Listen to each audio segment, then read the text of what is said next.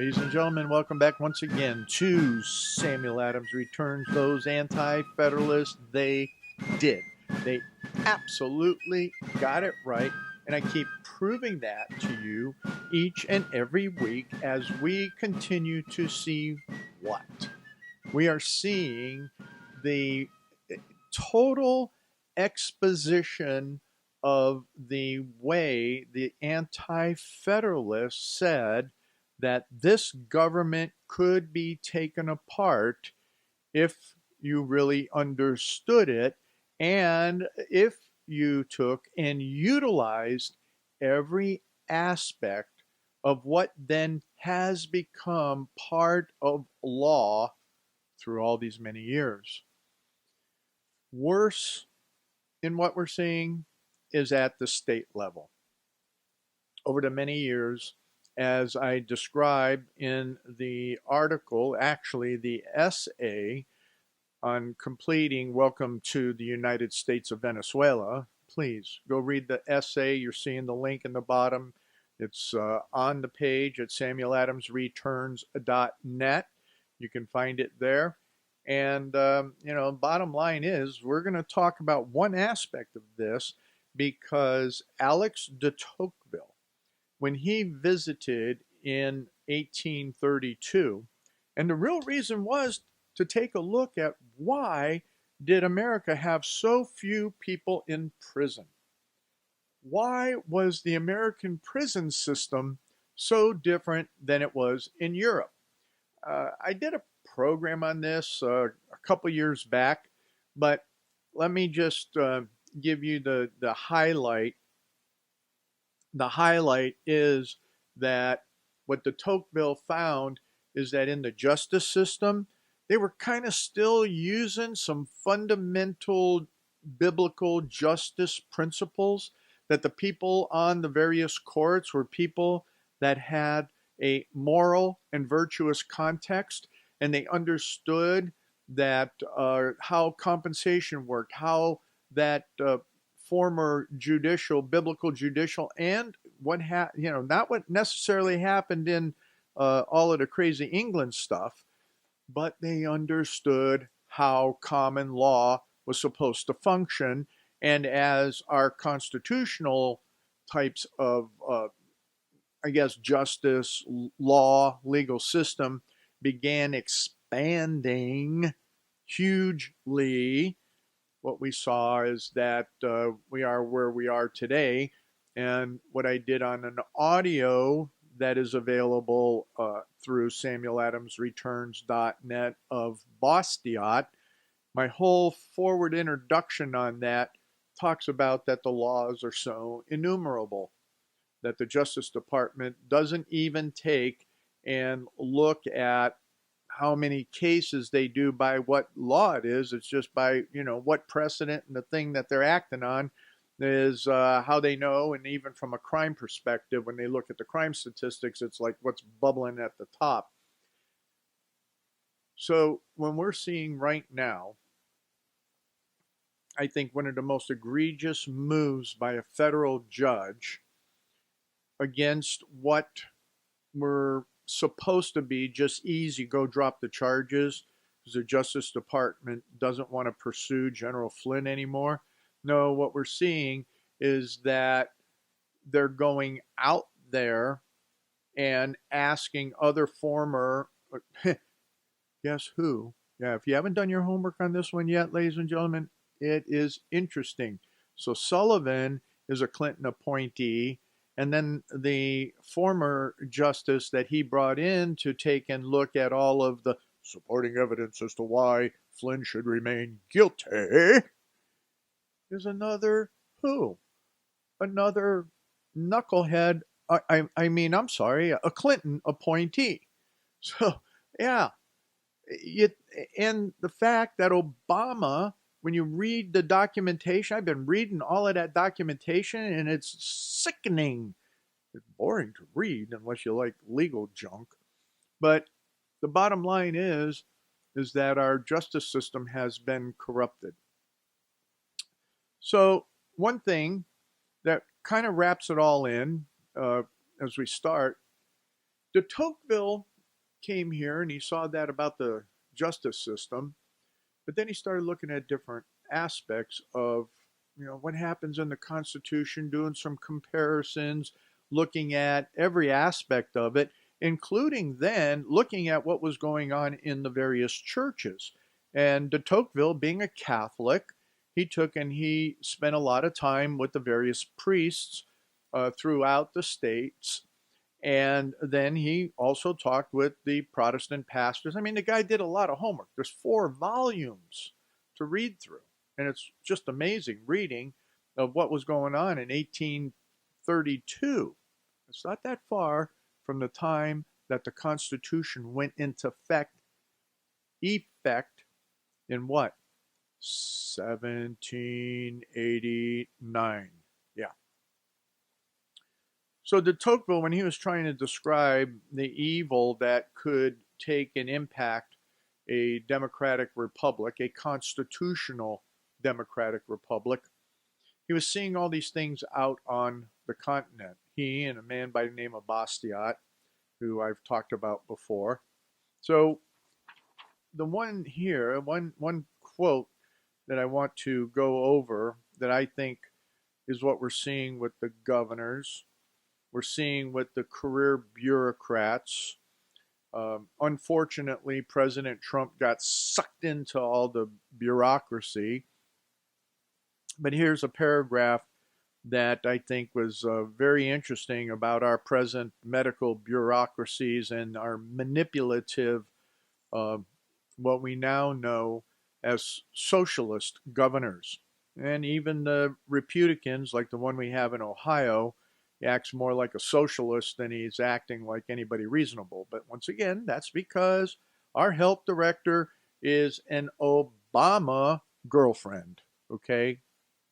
Whether or not he has real girlfriends or not, it doesn't matter. I mean, she is an Obama wannabe socialist, hates everything that it is about what is right in our economy. Anyway, here's what de Tocqueville wrote, and I'm going to go slowly.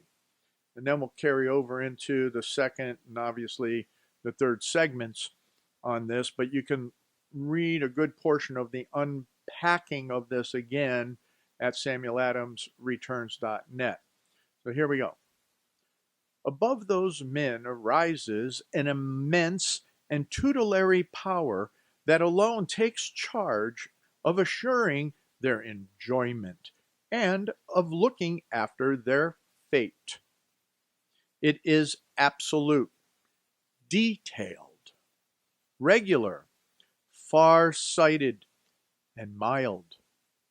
It would resemble parental power if, like it had as a goal to prepare men for manhood, but on the contrary, it seeks only to fix them in irrevocably in as a child. It, like the citizens, to enjoy itself. It likes citizens. That's what it likes, you to enjoy yourself. Remember, it's looking at assuring your enjoyment. It works willingly for their happiness, but it wants to be the unique agent for it and the sole arbiter. It attends to their security, provides for their needs, bailout, security, fear of the virus. Okay, I'm adding that stuff in, all right? So he continues, facilitates their pleasures. Okay, PBS, all of the other stuff that it pays for, all the porno it pays for. Oh, yeah, it does. Yeah, go check out the Democrat bills. Let's see. Here we go. Conducts their principal affairs. So get that. I'm going to break it out for you. That means that a lot of the state legislatures didn't meet. And look at what the Democrats are doing right now with not allowing the House of Representatives to come back to Washington, D.C. because they're all a bunch of whiters. No, come on. So here it is. They want to take and conduct your principal affairs. direct their industry. Shut it down. Can't go to work. Guess what? Oh, yeah, we'll send you money. Oh, yeah, we'll take care of you. Hey, all of you folks out there, I want to know, where's that money going to come from? Are we going to bow down some more to China? Thank God for Donald Trump. All right, let's go here. Settles their estates. Oh, divides their inheritance. Well, I don't know. Trump thankfully was able to get rid of that inheritance tax. How can it not remove entirely from them the trouble to think and the difficulty of living? I suggest that, again, I'm going to hammer this whole program, is go read the whole essay. On the website, it is the posting just before this one. So I, I sit here and I tremble for all of those that cannot see what has happened uh, within our states and the federal bureaucracy. What has happened in the legal system, we're going to be talking about some of that here as we come back into the second segment of what's happening with state highway patrolmen in a couple different states. One that loses his job, and others that are being used to spy on the citizens and to prepare to engage them and ticket them. Um, One of the articles that I want to bring up, and I think is going to be very interesting, and this goes back to my whole diatribe on where are the mega churches? And I am going to comment in the next segment where what type of guidance have these so-called evangelicals that meet with Donald Trump really been giving him when it comes to securing our initial liberties. But I have to say, I'm really excited, and I'm going to talk to you about uh, some small churches. One church that has at 16 members, and they can't open up because they're 6 over the 10 limit. And what's amazing to me is that this little church is actually working with drug addicts, is actually working with people that have mental illness, is actually doing things that I know a megachurch, half hour from where I live, refuses to do anything about, because that's too much for them to handle. And they just, they're so busy taking care. Well, you know something? In a church that has about 16,000 people that show up, I guess they do have to try and figure out some of, nah, because when I ask the question, it's like, oh, we just don't have the capacity to do stuff. Oh, but 16,000 people, that is like a small city. So I guess, they're doing what they need to do internal, hopefully. But what does that mean to really reach out to the community around you? Uh, and that's not just that particular church, it's a lot of them. And we'll talk about in the next segment that there's been several churches here in Ohio that have tried to do something. And you know something? They're the smaller churches. How about that? They're the smaller churches where their pastors understand truth and want to stand up like those chaplains and clergy of the revolution that I keep asking you to go read. I mean, it's a tab right there on the website, samueladamsreturns.net, and it all comes down to, how are you allowing all of what we just read? How are you allowing all of those rules, those minute, and coming together, coming after you to affect everything you're doing, especially your religious liberty, when that should not be touched at all? And you have to say there are a number of other people that are talking about it in the articles out there that, Christians are the target. And yet we're the ones that predominantly founded this nation. You know why? Sam Adams was the last Puritan from all my readings here in America, and those anti-federalists, you bet they got it right. Ladies and gentlemen, welcome back once again to Samuel Adams Returns. Those anti-federalists, they absolutely got it right. And this is Tom Navolis, your host. I think I forgot to introduce myself in the first segment, but if you're listening to this program, you know exactly who I am. But if we have new listeners, I'm really delighted that you're here. And especially if you're here on Liberty Works Radio Network, because as I've been saying, for the last number of years, liberty works for you. And that's why this is a listener-funded network, and I am delighted that you will take the opportunity to explore it and see all the other hosts and hostesses. But more importantly, you're going to find that little button that's up there that says donate and help keep this network going.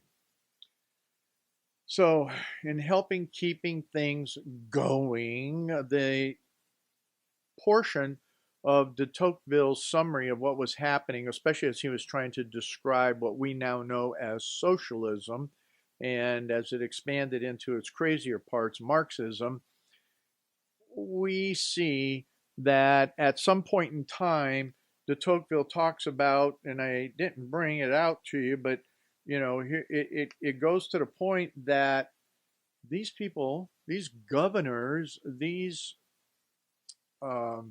bureaucrats have had so much free reign that at some point in time, after they're just slowly putting things in place, all encompassing, taking and pressing down onto you, saying, here, go have fun, go enjoy it, but we're going to control everything that you have fun with. You can't go to that tavern, you can't go to that movie theater without taking and following our directions, and nobody can know who you are because you got to wear a mask.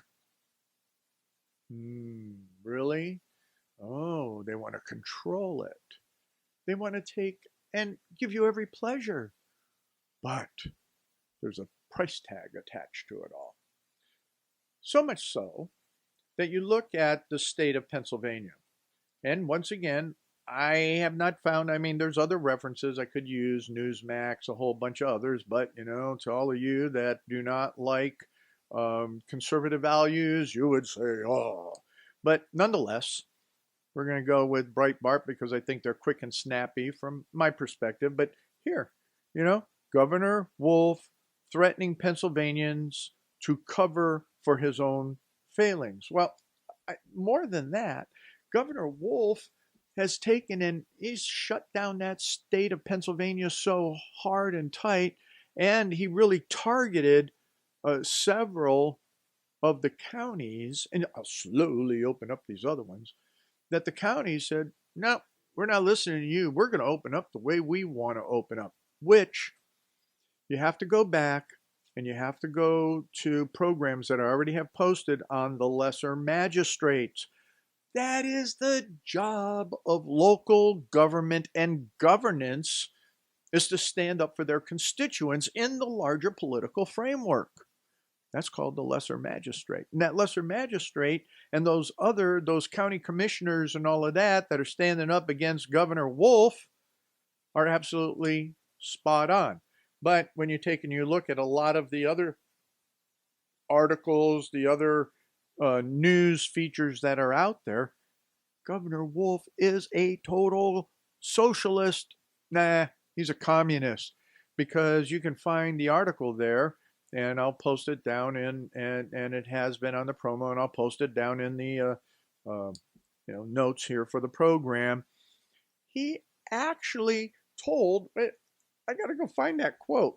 Oh my goodness. Oh, I'm sorry. But he actually told the people that, if you don't want to go to work, that's okay, because guess what?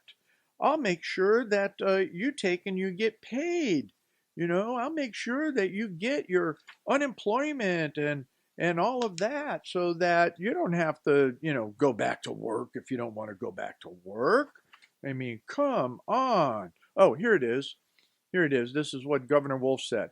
He goes, if your county reopens prematurely and you don't feel comfortable returning to work, rest assured that the Commonwealth, that means the whole state of Pennsylvania, every person in the state, will allow you to continue to receive unemployment compensation even if your employer reopens.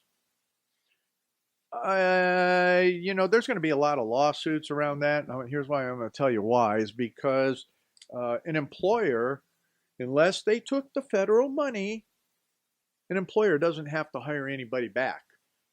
You have to remember that employment is a type of contract, and a breach of contract is that if you don't show up for the job, you don't have a job, right? So enough on that one. So we're seeing that. We're seeing, oh my goodness. Then did you see the news? I know this is something where, again, not only the lesser magistrates, but the citizenry, the people that could do so, that were smart enough to do so, take and do what? They actually sued where? Yeah, in Wisconsin, of all places. And they won by the Supreme Court in Wisconsin, a 4-3 vote to throw away the governor. And really, it's not the governor. Remember, it's all these health department head bureaucrats that are unelected, that are the ones that are putting out all of these stay-at-home orders.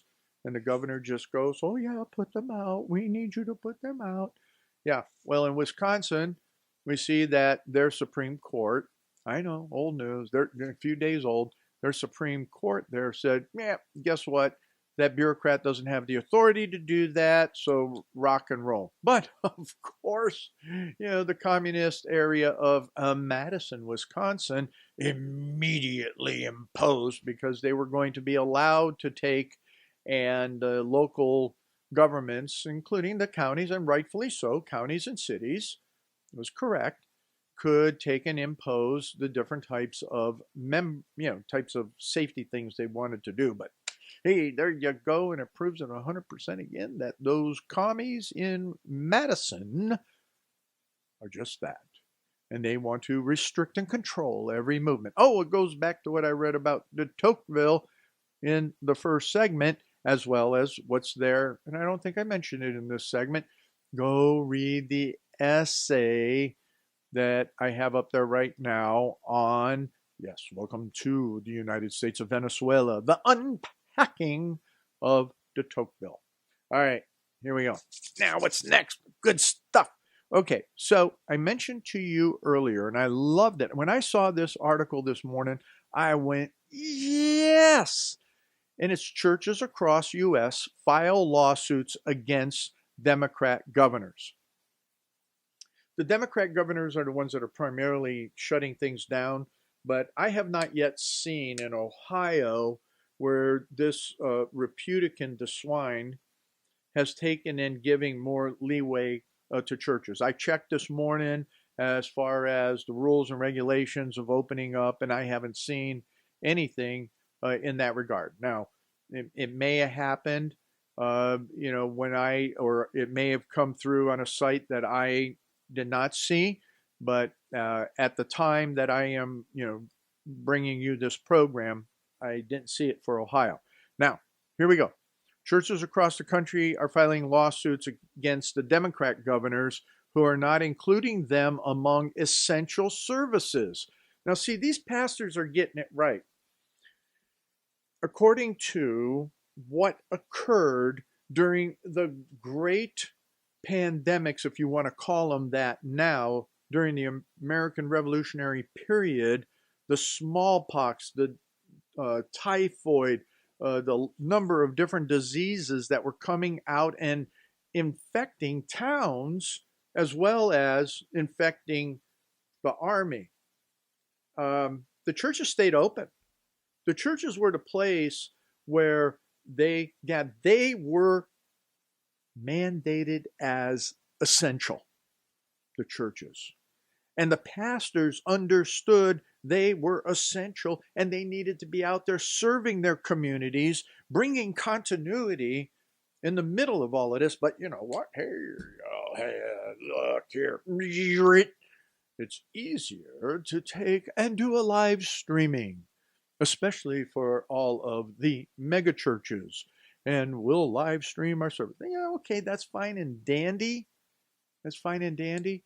But let's take a look at one of the examples here. There's an example here that just really caught my attention, that was extremely interesting to me. And let me see if I can slide down here.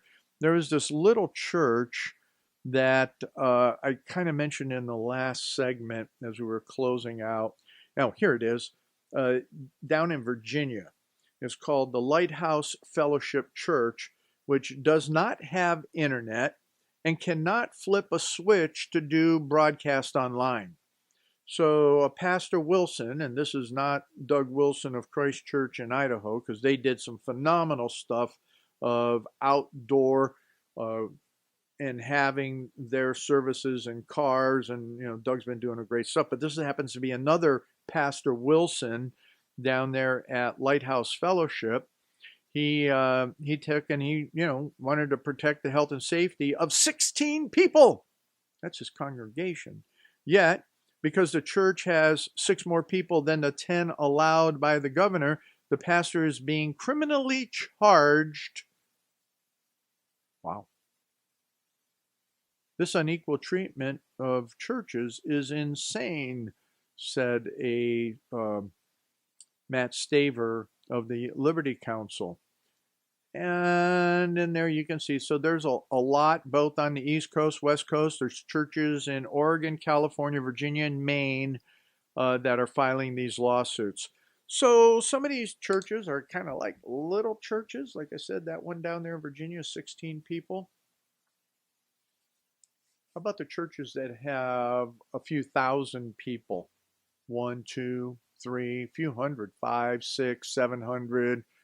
Why aren't they joining in class action suits against government, against every single one, and talking about essential services?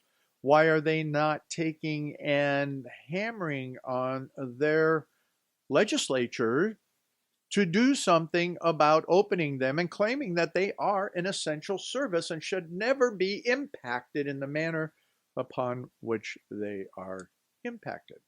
All right, so let's move along. There you go. There's that one. Oh, yeah, here's the other one that we'll touch on here. What do we got? 2 minutes, 3 minutes?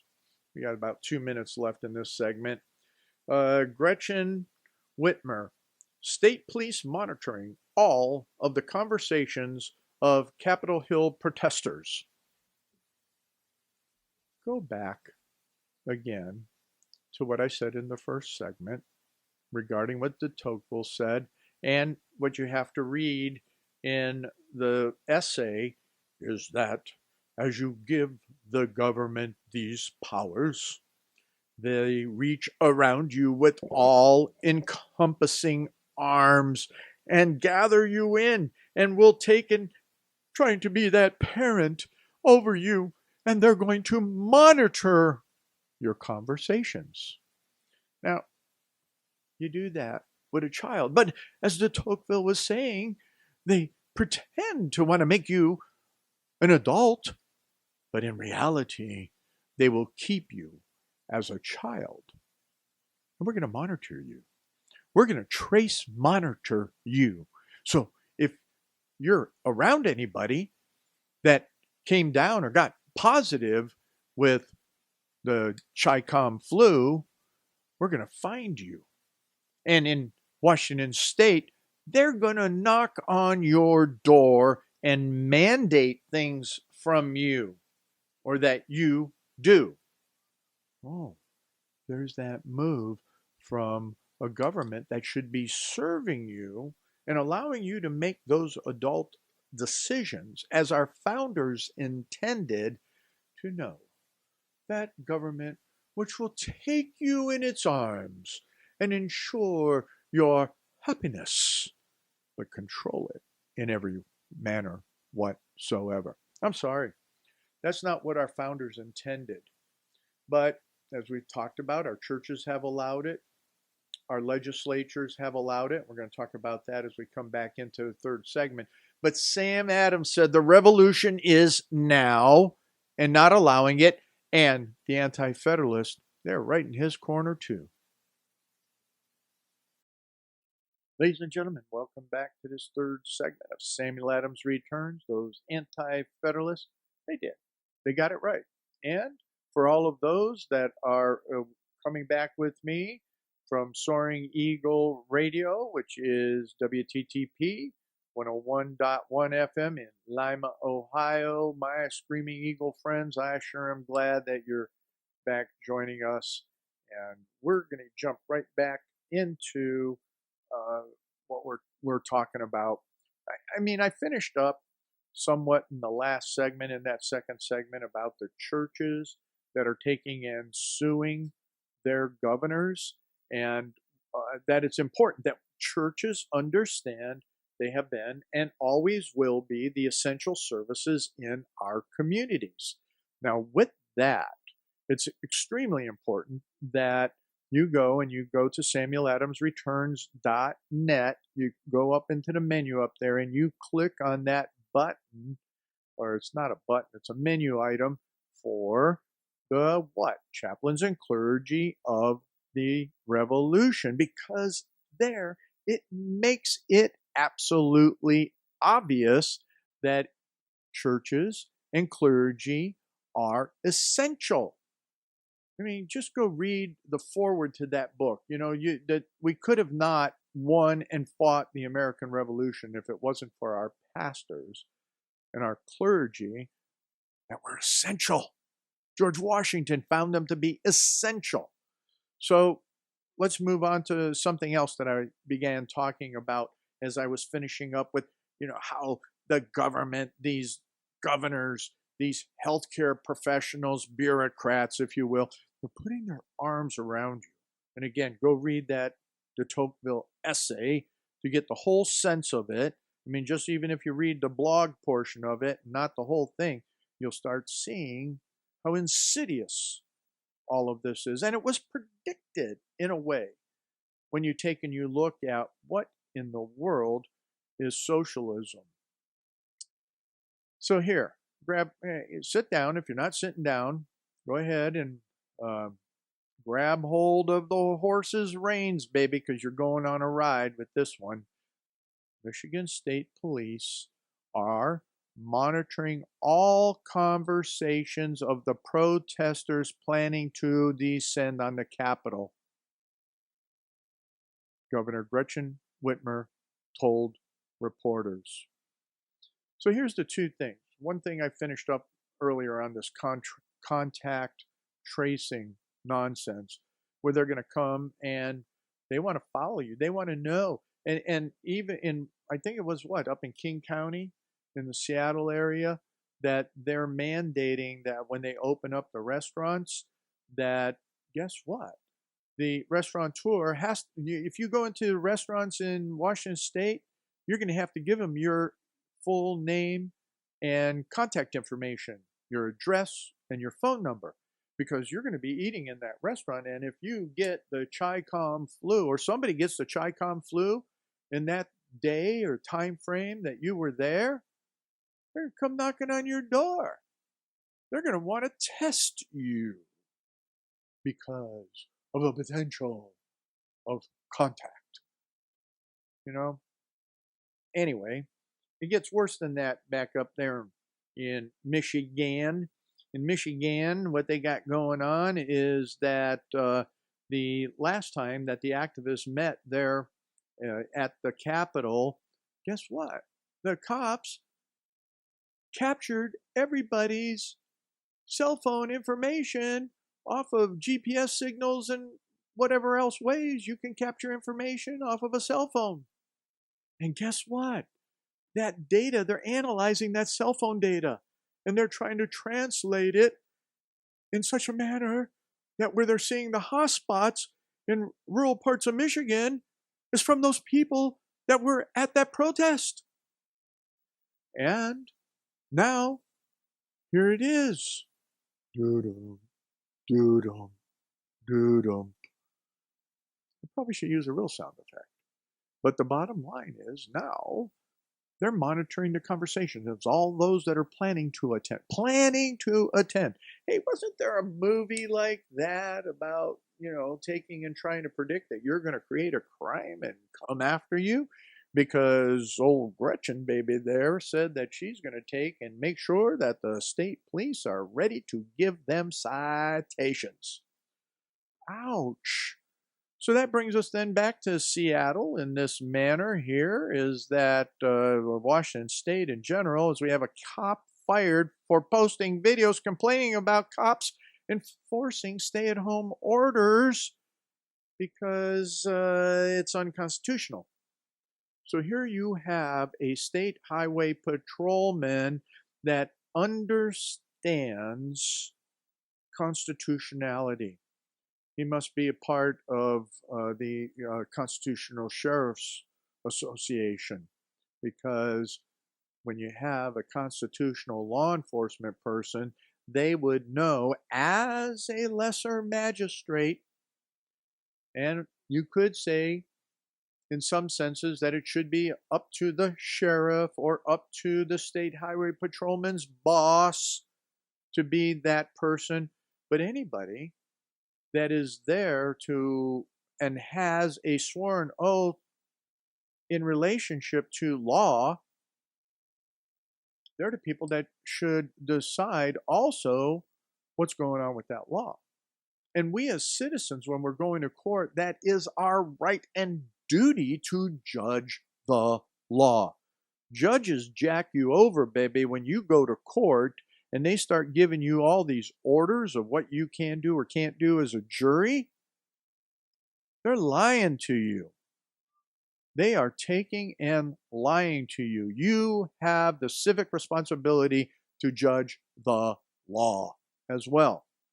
So here you have this Port of Seattle police officer, Port of Seattle police officer, who is part of the Washington State Police, is Greg Anderson, and he posted videos to Instagram, and they fired him because, he took and he said that this was unconstitutional and law enforcement should not be taking and standing and listening and taking and enforcing this. Now, we have a number of sheriffs and law enforcement all over the United States that are taking that position, and they are not enforcing the stay-at-home order, so on and so forth. All right, so here's where I want to really kind of wrap it up. I'm going to put in here real close is that need to go back to what's going on in a Supreme Court case relative to Christian schools not being allowed to teach the faith. So there's an article in there that I think is important for you to look at. One of the other things that is insanity is the socialist in charge, actually the communist in charge of the House of Representatives, the Kozak plan in full swing.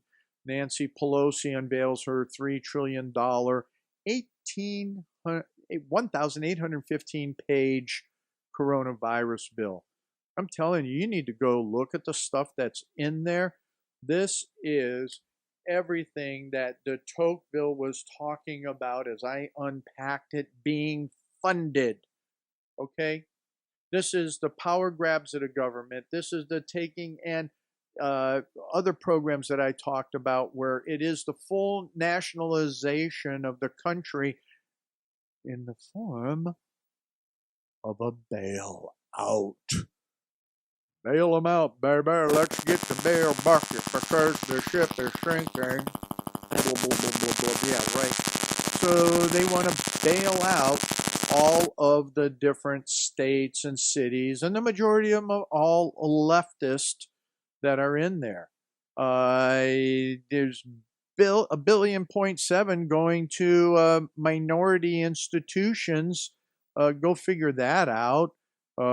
Let's see. What's some of the other big chunks of money here? $755 million for the government of Washington, D.C. The bill would allow the D.C. government to participate in the Federal Reserve Municipal Liquidity Fund.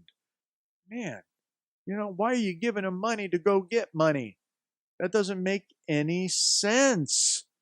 We're talking billions of dollars here, trillion, $3 more trillion, 75 billion for housing assistance. Come on. Ladies and gentlemen, if you're not active, and I know the people that listen to this program, you're active for the most part. But when I mean it, active, I know a lot of you are in the Maryland market and in the East Coast markets. You folks have the toughest. But you need to get on your elected officials, those lesser magistrates, every person that has to come to you for a vote. And it's something that I put in the essay as well, and what Sam Adams wrote about that to his cousin John.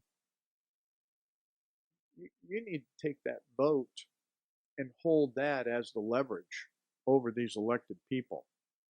And some of them will say, well, we're Democrats. We really don't care what you think anyway, because you're not going to, your vote doesn't matter. Your vote does matter. And then, if your vote doesn't matter from that perspective, as I finished off the last segment, as Sam Adams would say in this, the revolution has more than started. The revolution has coming at you from ideologies. It is the revolution of 2020. And they are using a silent, an invisible enemy to exercise all the various laws and constitutional amendments within the states, and allowing these little state dictators to be all powerful, especially the bureaucrats. You need, in Ohio, we have some things happening. We have a Senate bill, or it's actually a House bill that's before the Senate that is going to be voted on to start taking the power away from the little bureaucrat and the little dictatorial Governor DeSwine. Now, it's time that you make that move. And if you have to go out, and it is the revolution,